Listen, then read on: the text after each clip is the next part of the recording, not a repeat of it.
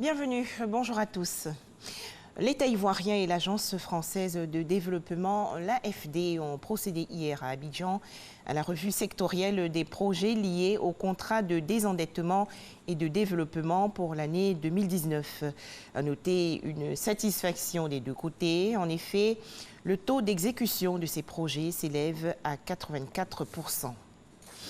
Direction Bouaké, dans la région centre du pays, 22 étudiants ont achevé il y a quelques jours leur formation en master de l'intégration à l'université Alassane Ouattara. Ils ont donc été félicités lors d'une cérémonie organisée par le ministère de l'Enseignement supérieur dans la commune de Cocody. Le point tout de suite avec Issa Yeo.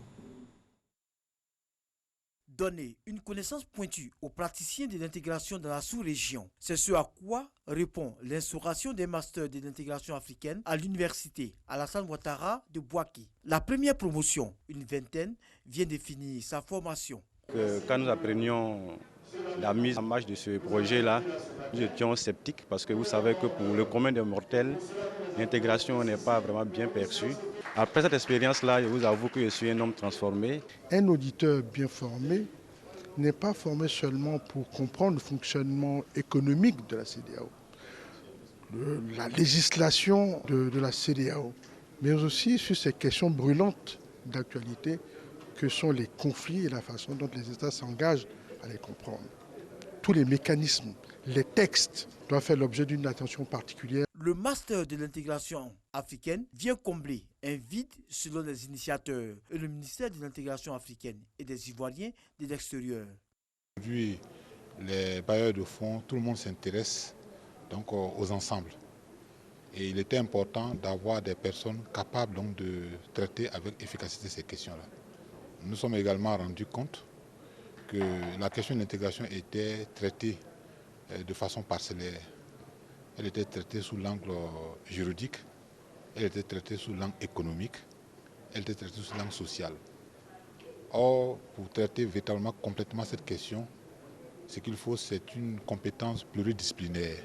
Au ministère de l'intégration africaine, on s'est rendu compte que tous les cadres que nous utilisons n'avaient pas de formation académique bien structurée par rapport à ces grandes problématiques. Nous nous sommes dit qu'il y avait là un vide à combler.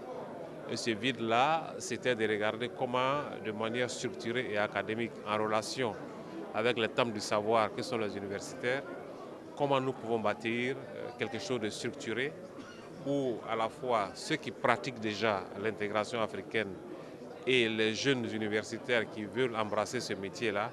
Un chronogramme de mise en stage des étudiants a été établi de février à mai dans plusieurs structures et institutions répondant aux critères de l'intégration africaine. Quant aux soutenances, elles se feront au mois de juin 2020.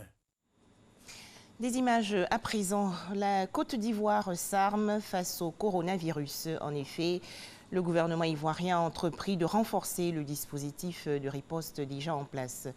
C'est dans ce cadre que le ministre de la Santé et de l'Hygiène publique, le docteur Eugène Akaouélé, a effectué une visite hier au centre des opérations d'urgence de santé publique à l'Institut national d'hygiène publique dans la commune de Trècheville. L'épidémie de coronavirus continue en effet de se propager dans le monde. En Afrique, 6 pays, notamment le Sénégal, la Tunisie, l'Égypte, l'Algérie, le Nigeria et le Maroc, rejoignent la liste des États touchés.